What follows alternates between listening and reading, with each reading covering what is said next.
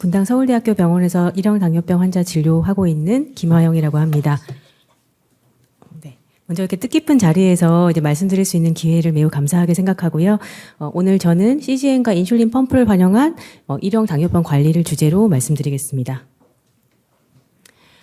강의 내용으로는 먼저 일형 당뇨병 치료의 기본 원칙에 대해서 간단히 살펴보고 CGM과 인슐린 펌프를 활용하는 법에 대해서 소개드리겠습니다.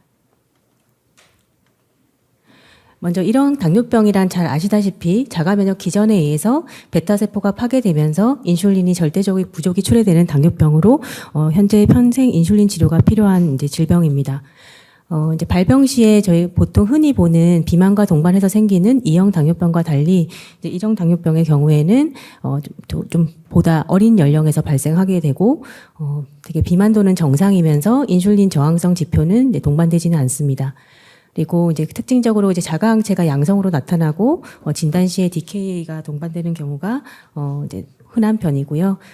진단 시 C펩타이드 수치가 낮거나 자가항체가 양성이면 이제 진단에 도움을 받을 수 있지만 때로는 이제 초기에 이제 1형과 2형의 임상 양상이 서로 겹치면서 좀 정확한 진단이 어려운 경우도 이제 경험할 수 있습니다.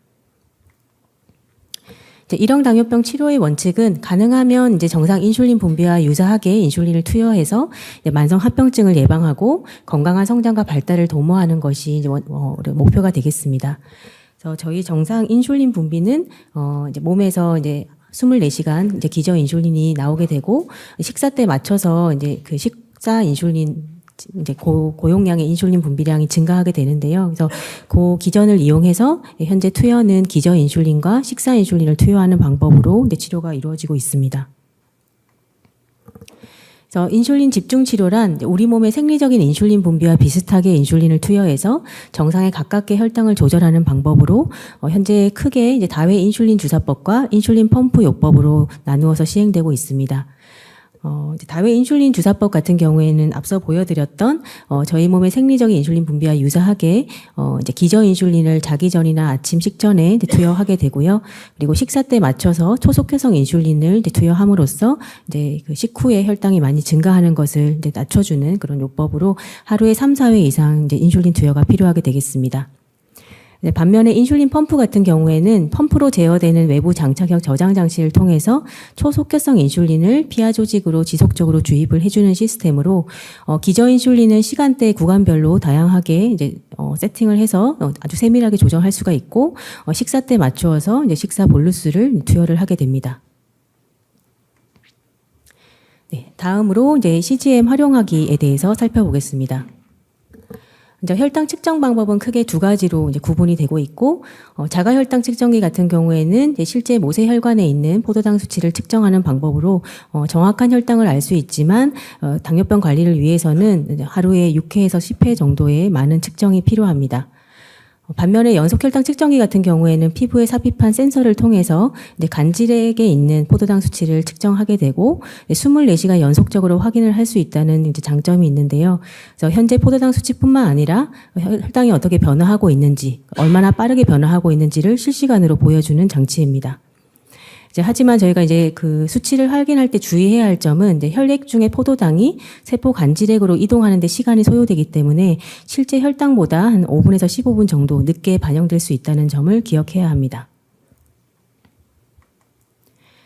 다음으로 CGM의 구성에 대해서 살펴보겠습니다. CGM은 먼저 센서가 이제 피부에 삽입이 되어서 이제 세포 간질액의 포도당 농도를 측정을 하게 되고 이제 송신기를과 이제 블루투스를 통해서 스마트폰이나 스마트워치 등으로 이제 무선 전송을 해주게 되고 수신 장치에서는 실시간 혈당 수치와 추세를 확인할 수가 있습니다. 가장 많이 사용하고 계신 덱스콤 G7의 CGM 화면 예시이고요. 크게 이제 센서 포도당 수치와 이제 혈당의 트렌드를 확인하실 수가 있는데요. 좌측 예시 화면에서 보시는 것처럼 현재 110 정도로 이제 목표 혈당 범위 내에 있는 것을 확인하실 수가 있고, 이제 그 혈당의 정도에 따라서 저혈당인 경우에는 붉은색, 그리고 고혈당인 경우에는 노란색, 목표 범위 내에 있는 경우에는 흰색으로 표시가 됩니다. 그리고 이제 그 수치 옆에 이제 화살표 방향이 있는 것을 보실 수 있으실 텐데요. 그래서 현재 이제 혈당이 안정적으로 이제 유지가 되고 있는 상태라면 이제 화살표이 평행선으로 이제 그리게 되고, 현재 상승 중인 경우 또는 하강 중인 경우에는 위쪽 아래쪽으로 표시가 되고, 그런 상승 속도, 변화 속도가 빠른 경우에는 그 각도가 더 기울기가 더 커지거나 아니면 이제 화살표가 2개 정도 표시되는 그런 방법으로 이제 저희가 확인할 수가 있습니다. 그래서 이러한 화살표의 모양과 개수에 따라서 혈당의 변화 속도와 방향까지 예측할 수가 있기 때문에 우리가 인슐린 용량을 결정하는 데 좀 활용할 수가 있습니다. 그렇다면 이제 CGM의 장점과 단점은 무엇인지 살펴보겠습니다. 먼저 장점은 앞서 보여드린 것처럼 저희가 이제 혈당에 영향을 주는 다양한 음식 섭취나 운동, 인슐린, 스트레스 등이 혈당에 미치고 있는 영향을 실시간으로 확인 가능해서 이제 대처 가능하다는 것이 가장 큰 장점이 되겠고요. 그리고 현재의 포도당 수치뿐만 아니라 변화 속도와 추세를 확인할 수 있어서 향후에 어떻게 바뀔 것인지도 이제 예측이 가능하다는 장점이 있겠습니다. 그리고 이제 고혈당이나 저혈당에 대한 알림 기능이 제공되기 때문에 보다 안전하게 혈당 관리가 가능하고, 이러한 CGM을 사용함으로써 혈당 변동폭을 줄이고 당화혈색소 개선에 도움이 된다는 많은 이제 연구 결과들이 이제 제시가 되어 있습니다. 반면에 단점으로는 몸에 계속 부착하고 있어야 되기 때문에 이제 불편함이 있을 수가 있고, CGM을 달고 있어도 이제 앞서 말씀드린 것처럼 혈당이 빨리 변화하는 상황에서는 그 이제 세포 간질액으로 이동하는 데 갭이 있기 때문에 좀 추가적인 혈당 측정이 필요할 수가 있겠고요. 그리고 이제 센서 부착력을 높이기 위해서 사용하는 접착 제품에 인해서 이제 피부 문제가 발생하기도 합니다. 그리고 이제 본인이 부담해야 하는 비용이 아직까지는 좀 추가적으로 비용이 발생한다는 그런 단점이 있을 수 있습니다. 네, 다음은 현재 국내에서 시판 중인 대표적인 CGM 기기 4가지이고요. 그래서 가디언 커넥트와 이제 덱스콤, 리브레, 케어센스 에어가 현재 국내에서 가장 많이 사용하고 있는 CGM이고, 케어센스 에어 같은 경우에는 현재는 이제 19세 이상에서 허가된 제품이라고 보시면 되겠습니다. 그래서 현재 국내에서 사용 가능한 CGM의 특징들을 간단히 살펴보면 CGM 기기별로 이제 사용 가능 연령이나 착용 기간, 그리고 수동 보정 여부, 워밍업에 필요한 시간이나 팔로우 앱을 사용해서 이제 데이터 공유 가능한지 등의 이제 일부 차이가 있는데요. 먼저 이제 가디언 4 시스템 같은 경우에는 아직까지는 센서와 송신기가 이제 분리형으로 이제 사용이 되고 있고, 센서는 7일, 송신기는 1년 이제 사용이 가능합니다. 덱스콤 G7 같은 경우에는 열흘 사용할 수가 있고, 리브레2는 14일, 케어센스 에어는 15일 사용 가능한 제품입니다. 그리고 수동 보정, 이제 혈당이 이제 실제 혈당값과 이제 CGM의 포도당 측정값이 많이 차이가 나는 경우에 이제 보정이 가능한지에 대해서는 리브레2는 불가능하고 나머지 CGM 제품들은 이제 필요시에 가능합니다. 그리고 이제 데이터 공유 측면에서 이제 보호자와 이제 팔로우 앱을 통해서 이제 혈당을 공유할 수 있는 기능이 현재 리브레2에서는 제공되고 있지 않고 나머지 CGM들에서는 이제 사용이 가능한 상태입니다. 이제 향후에 그 메드트로닉에서 이제 심플레라라고 이제 센서와 송신기가 일체형 이제 센서가 곧 7월에서 8월경 국내 출시를 예정으로 하고 있어서 이제 좀 더 이제 편리하게 사용할 수 있을 것으로 예상하고 있고, 이제 그 리브레 2에서 이제 리브레 3 플러스 버전을 이제 15일 착용 버전을 이제 국내 출시 계획 중이라고 하시는데, 아직까지는 정확한 이제 그 시기는 미정이지만 2027년도 하반기를 예상하고 준비하고 계시다고 확인하였습니다. 그리고 덱스콤 G7 같은 경우에는 15.5일 착용 버전이 미국에서는 성인에서 사용 승인이 되어 있는 상태인데 아직까지 국내 도입은 미정인 상태입니다. 네, 다음으로 저희가 CGM에 이제 착용을 할 때 이제 주요 확인해야 하는 지표들에 대해서 살펴보겠습니다. 먼저 평균 혈당은 이제 센서 포도당 수치의 평균값을 의미하고 이제 154mg/dL 미만으로 유지하는 것이 목표입니다. 그리고 저희 이제 센서에서 측정한 포도당 수치로 이제 추정한 당화혈색소 값에 해당하는 혈당 관리 표시기 GMI라는 수치는 이제 저희가 일반적인 이제 혈당 목표와 동일하게 이제 7% 미만으로 유지하는 것이 목표가 되겠고, 그리고 혈당 변동폭이 크지 않은 것도 이제 합병증의 관리에 중요하다고 알려져 있기 때문에 그런 변동 계수로 제공하고 있는 CV 값도 이제 36% 이하로 유지하는 것이 이제 목표가 되겠습니다. 그리고 이제 혈당 구간별로 범위 내 시간들을 확인하실 수가 있는데, 일단 목표 범위 내 비율, 그러니까 그 TIR이라고 하고 70에서 180mg/dL 사이에 있는 혈당이 이제 70% 이상 유지하는 것이 당화혈색소 7% 미만에 상응하기 때문에 이제 우리 목표가 되겠고요. 그리고 고혈당과 저혈당 구간이 적은 것도 이제 중요하기 때문에 이제 고혈당 구간에 해당하는 경우는 25% 미만, 그리고 저혈당은 4% 미만으로 유지하는 것이 이제 우리 목표가 되겠습니다. 이러한 이제 CGM 그런 데이터들은 이제 AGP 보고서를 통해서 저희가 확인할 수가 있는데요. CGM에서 측정된 혈당 데이터에 대한 통계나 그래픽 정보를 이제 표준화된 혈당 보고서로 제공하는 것입니다.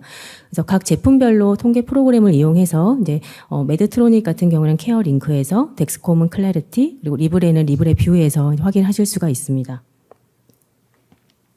그래서 이제 덱스콤 클래리티 AGP 보고서 예시를 보시면 이제 다음과 같이 이제 결과 확인이 가능하시고요. 그래서 가장 윗 하단에 내가 확인하는 데이터의 날짜, 측정 시장일부터 종료일까지 정보를 확인하실 수가 있고, 두 번째 이제 좌측 부분에서 목표 혈당 유지율에서 이제 아까 말씀드린 범위 내 시간 구간별로 내가 어느 정도 유지하고 있는지를 확인하실 수가 있습니다. 그래서 이제 초록색 구간으로 이제 목표 범위 내 혈당에 해당하는 이제 70% 이상인 것이 저희 목표라고 했는데, 이 예시의 환자의 경우에는 아주 잘 유지가 되고 있는 것을 확인하실 수가 있고, 그 위에 이제 주홍색으로 나타나고 있는 높은 혈당 구간도 25% 미만이 이제 저희 목표가 되겠는데, 역시 이제 목표 범위 내로 잘 유지가 되고 있고, 이제 저혈당 구간도 4% 미만으로 잘 유지되는 환자임을 확인할 수가 있습니다. 그리고 우측 상단에서는 포도당 지표를 제공하고 있고, 평균 포도당이 이제 142mg/dL로 역시 목표 범위 이내로 잘 유지되고 있음을 확인할 수가 있고요. 당화혈색소에 상응하는 GMI 값은 6.7%, 변동 계수가 34.9%로 이제 모두 목표 범위로 잘 조절되고 있는 상태로 이제 확인을 할 수가 있습니다. 그리고 이제 시간 CGM 활성화의 경우에는 이제 센서 착용 비율을 70% 이상인 데이터를 저희가 이용해서 AGP 리포트를 해석하는 것이 권장되는데, 이 환자 같은 경우에도 98.6%로 아주 잘 착용하고 있는 상태임을 확인하실 수가 있습니다. 그리고 가운데 보이시는 이제 AGP 이제 그래프는 하루 24시간 동안의 평균 혈당 패턴을 보여주는 그런 그래프이고, 시간대별로 주로 이제 고혈당이 나타나는 구간과 저혈당이 나타나는 구간대를 확인해서 저희가 어떤 혈당 관리 대처하는데 이제 계획을 하는데 도움을 받을 수가 있고요. 그리고 뭐 어떤 구간에 가장 좀 편차가 큰지 이런 부분도 좀 확인하실 수가 있습니다. 그리고 가장 하단에 이제 1일 포도당 프로파일을 보시면 각 요일별로 혈당이 어떻게 변화했는지를 확인하실 수가 있기 때문에 어떤 특정 요일에 특히 이제 혈당 조절이 나빴다면 그 원인이 어떤 원인이었는지를 좀 유추해보고 좀 대처할 수 있는 계획을 세우는 데 도움을 받을 수가 있습니다. 네, 그래서 이제 이런 AGP 보고서를 활용을 하기 위해서 이제 저희가 어떤 단계적으로 좀 계획을 세워서 확인하는 것이 이제 실제 도움이 되겠는데요. 먼저 이제 충분한 데이터가 있는 자료를 저희가 확인을 해서 분석을 해야 합니다. 그래서 최소 열흘에서 14일 정도 CGM을 착용하고 아까 이제 센서 활성화 시간이 70% 이상이 되는 데이터를 사용해서 이제 분석을 하는 것이 좋고요. 그리고 이제 목표 범위 내 시간이 각각 구간별로 높은 구간과 목표 범위 내에 있는 구간과 낮은 구간이 적절한지를 일단은 파악을 해서 전체적인 혈당 조절 상태를 확인할 수가 있습니다. 그리고 이제 요즘은 이제 어플 이런 걸 통해서 음식이나 운동, 뭐 인슐린 주입 이런 것들도 같이 기록 관리를 할 수가 있는데요. 그래서 그런 기록들을 같이 참고를 한다면 이제 어떤 원인에 의한 것인지를 이제 좀 더 파악하는 데 도움이 될 수가 있습니다. 그리고 아까 혈당 그래프에서 보신 것처럼 가장 낮았던 시간, 저혈당 위험이 있는 시간대가 언제인지를 확인하는 것과, 그리고 이제 주로 가장 높았던 시간대가 언제 있는지를 확인해서 저희가 인슐린 어느 시간대에 이제 작용하는 인슐린을 좀 조절해야 할지 이런 부분들을 계획하는 데 도움이 될 수가 있고, 특히 변동성이 큰 시간대를 확인을 해서 어떤 방법으로 좀 관리를 하면 좋을지에 대해서 이제 계획을 세울 수도 있습니다. 그리고 이제 되게 이전 자료와 비교가 가능하기 때문에 이제 과거에 비해서 현재 어떤지 그런 변화를 비교를 하실 수가 있고, 사실 외래 실제 진료 방문 시에 이런 AGP 리포트를 좀 출력을 해서 가시면 이제 의료진과 실제 상담을 하면서 향후 좀 관리 계획을 세우는 데 있어서도 좀 실질적인 도움을 받으실 수가 있겠습니다. 이제 그렇다면 이제 CGM 사용할 때 어떤 점을 주의해야 될지 살펴보겠습니다. 먼저 이제 말씀드린 것처럼 CGM은 세포 간질액의 혈당, 포도당 수치를 이제 측정하는 것이기 때문에 좀 시간 갭이 있을 수가 있고 그냥 안정적인 상태라면 크게 문제가 없겠지만 혈당이 빠르게 이제 변동하고 있는 상태에서는 그거를 변화폭이 좀 크면서 실제 혈당 수치가 반영하는 게 늦어질 수 있기 때문에 특히 저혈당 치료 직후라든지 심한 운동을 하고 있을 때에는 필요에 따라서 손끝 혈당을 같이 확인하는 것이 필요하겠습니다. 그리고 센서 부착 상태를 잘 확인하는 것이 이제 필요한데요. 그래서 특히 좀 땀이 많이 나는 계절이라든지 물놀이나 운동을 할 때 센서가 떨어질 수 있기 때문에 필요하면 고정 패치나 접착 보조 제품을 사용하여서 조금 더 안정적으로 고정해서 이제 사용할 수가 있겠고요. 그리고 좀 피부 문제를 예방하기 위해서 부착 부위는 잘 순환해서 사용을 하고 피부 발진이나 가려움, 저쪽 피부염이 발생할 때는 의료진과 상담하는 것이 도움이 되겠습니다. 그리고 MRI나 CT 그리고 고주파 치료 등의 이제 어떤 검사나 시술을 앞두고 있을 때는 이제 센서를 제거해야 할 수 있기 때문에 이제 의료진의 어떤 그 안내에 잘 따라주시는 게 필요하겠고요. 그리고 센서를 교체한 초기에는 실제 경험해 보셨겠지만 좀 그 혈당값이 좀 정확도가 좀 다소 떨어질 수 있기 때문에 필요에 따라서 자가 혈당 측정을 좀 함께 시행하는 것이 도움이 되겠습니다. 네, 다음은 이제 CCM 센서에 대한 현재 소모성 재료 지원 현황에 대해서 말씀드리겠습니다. 2019년 1월부터 이제 CCM 센서에 대한 소모성 재료가 이제 지원이 되기 시작하였고, 2024년 2월부터는 기존의 본인 부담금 30%에서 소아청소년 19세 미만 연령에서는 10% 정도로 이제 본인 부담률이 많이 낮아졌습니다. 현재 처방전이 발급 가능한 의사는 내과, 소아청소년과, 가정의학과 전문의가 발행을 가능하도록 되어 있고 처방전 발급 기간 같은 경우에는 최초 30일 그리고 이후 두 번째부터는 최대 100일 기간 이내에서 발급이 가능합니다. 또한 두 번째 처방전부터는 실제 센서를 통해서 이제 확인할 수 있는 그런 수치들을 처방전에 기입을 해야 발급이 가능하다는 점을 참고하시면 되겠습니다. 이제 실제 화면이고요. 그래서 저희가 발행하고 있는 연속 혈당 측정용 전극에 대한 소모성 재료 처방전의 화면이고 좌측의 중앙에서 보시는 것처럼 이제 실제 연속 혈당 측정기에서 확인할 수 있는 착용일이나 이제 당 평균값, 변동 계수 그리고 실제 당화 혈색소 등의 값이 입력이 되어야 이제 지원이 가능하다고 보시면 되겠고 이제 우측에 이제 유의 사항에 있어서 각 연령대나 이제 당뇨병 종류별로 이제 기준 금액이 어떻게 되는지도 확인하실 수가 있습니다. 네, 다음은 이제 인슐린 펌프 활용법에 대해서 살펴보겠습니다. 인슐린 펌프란 인슐린을 지속적으로 체내로 주입할 수 있도록 만들어진 소형 전자기기입니다. 그래서 구성은 다음 크게 이제 세 가지 구성 요소로 구성되고 있고 먼저 이제 조작과 그런 인슐린 어떤 세부 조작이 가능하도록 설정되어 있는 본체와 그리고 본체 내부에 장착되어 있는 인슐린을 보관하는 용기인 레저버가 있고요. 그리고 이제 피부에 삽입해서 인슐린을 투여하도록 하는 튜브와 캐뉼라로 구성된 주입 세트가 있겠습니다. 그래서 이제 우측 상단 그림에서 보시는 것처럼 이제 캐뉼라가 피하 지방층에 어떤 삽입되어서 이제 인슐린을 지속적으로 분비되는 형태이고 이제 CGM 자료를 통해서 최근에는 이제 알고리즘을 통해서 인슐린 펌프가 좀 혈당을 좀 더 정밀하게 조정할 수 있는 그런 방법으로 발전하고 있습니다. 인슐린 펌프는 형태에 따라서 크게 두 가지로 구분할 수가 있는데 튜브형과 패치형이 있습니다. 그래서 튜브형 펌프 같은 경우에는 레저버가 포함된 본체와 주입 세트가 튜브 형태로 연결된 제품입니다. 그래서 이제 우측 사진에서 보시는 것처럼 몸에는 주입 세트의 캐뉼라 부분만 부착되어 있는 그런 형태로 이제 사용이 되게 되고 이제 반면에 패치형 펌프 같은 경우에는 본체와 주입 세트가 일체형으로 되어 있어서 몸에 인슐린 펌프 자체를 부착하는 형태입니다. 그래서 이제 별도의 튜브가 없어서 이제 활동이 좀 편리하다는 장점이 있습니다. 그렇다면 이제 인슐린 펌프에 어떤 장단점이 있는지 말씀드리겠습니다. 먼저 혈당 조절 측면에 있어서의 장점은 시간대별로 아주 세밀하게 조절이 가능하고 저혈당 위험을 줄여줄 수 있다는 장점이 있겠습니다. 그리고 이제 사용 편의성에 있어서는 버튼 조작만으로 주입량을 조절할 수 있고 이제 실제 인슐린 펜을 꺼내서 투약을 해야 하는 주사 횟수가 좀 많이 줄여줄 수 있다는 장점이 있겠고 기존의 인슐린 펜 같은 경우에는 0.5단이나 1단위, 0.5에서 이제 1단위 정도 그 구간으로 조절이 가능한데 이제 인슐린 펌프 같은 경우에는 0.025에서 0.05 단위로 이제 미세 조절이 가능하기 때문에 조금 더 세밀하게 인슐린 용량을 조절할 수 있다는 장점이 있겠고요. 반면에 이제 단점 같은 경우에는 이제 기기이기 때문에 이제 오작동을 했을 때 뭐 고혈당이나 케토산층의 위험이 생길 수가 있고 24시간 착용을 해야 한다는 부담감과 이제 운동이나 샤워를 할 때 불편하다는 점, 그리고 삽입 부위에 이제 피부 자극이나 알레르기 감염 등이 생길 수 있다는 점이 이제 있겠습니다.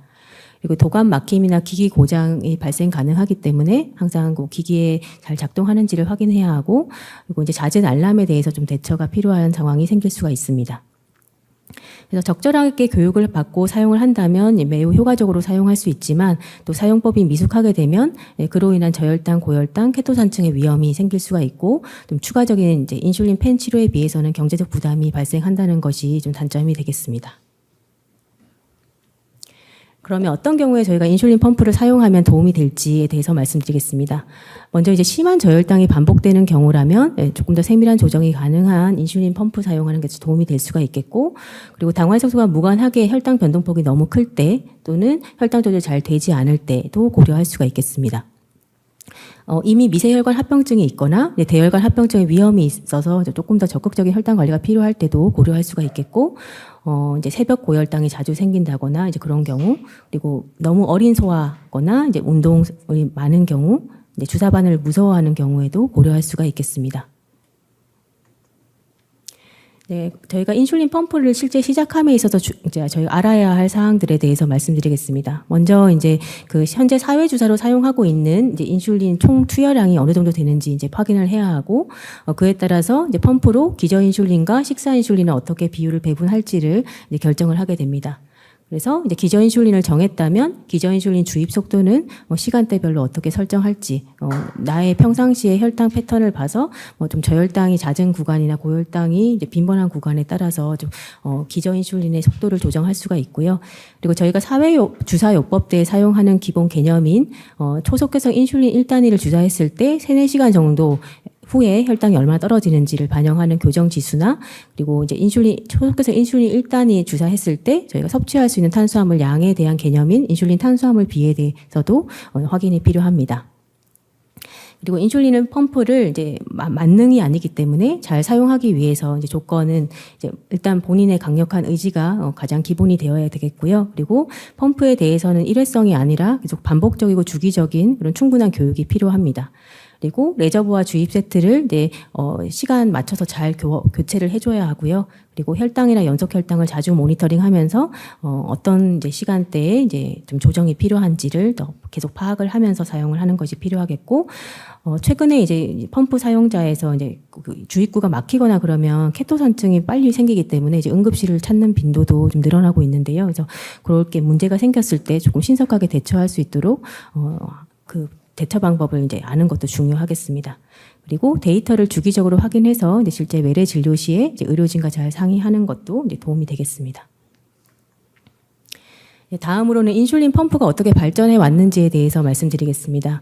먼저 이제 최근 한 3-40년에 걸쳐서 빠르게 이제 인슐린의 펌프의 여러 기능들이 이제 좋아지고 있는데요. 그래서 가장 초창기에 1980년도에서 90년도에 초창기 인슐린 펌프 같은 경우에는 이제 주로 이제 베이잘 인슐린 주입을 이제 해주면서 볼루스 계산기 기능을 통해서 실제 식사 인슐린을 계산할 때 저희가 인탄비를 통해서 좀 계산을 편리하게 도움을 주는 그런 형태로 이제 개발이 되었었고요. 그리고 2000년대 초부터 CGM이 발전하면서 센서와 연동해서 이제 조금 더 세밀하게 혈당을 반영해서 치료를 해줄 수 있는 그런 SAP 센서 연동형 펌프가 이제 도입이 되었습니다.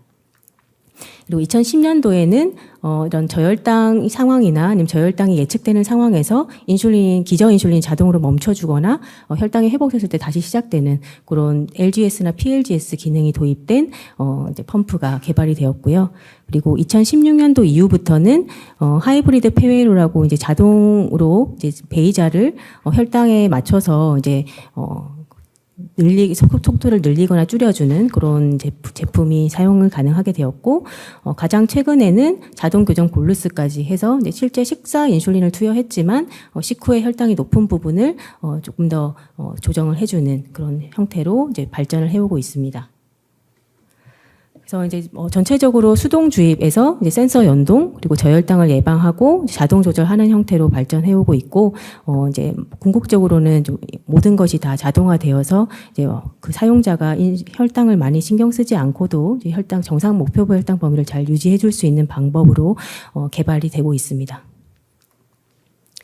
그래서 현재 국내에서 허가 또는 사용 중인 주요 인슐린 주입기기는 다음과 같고요.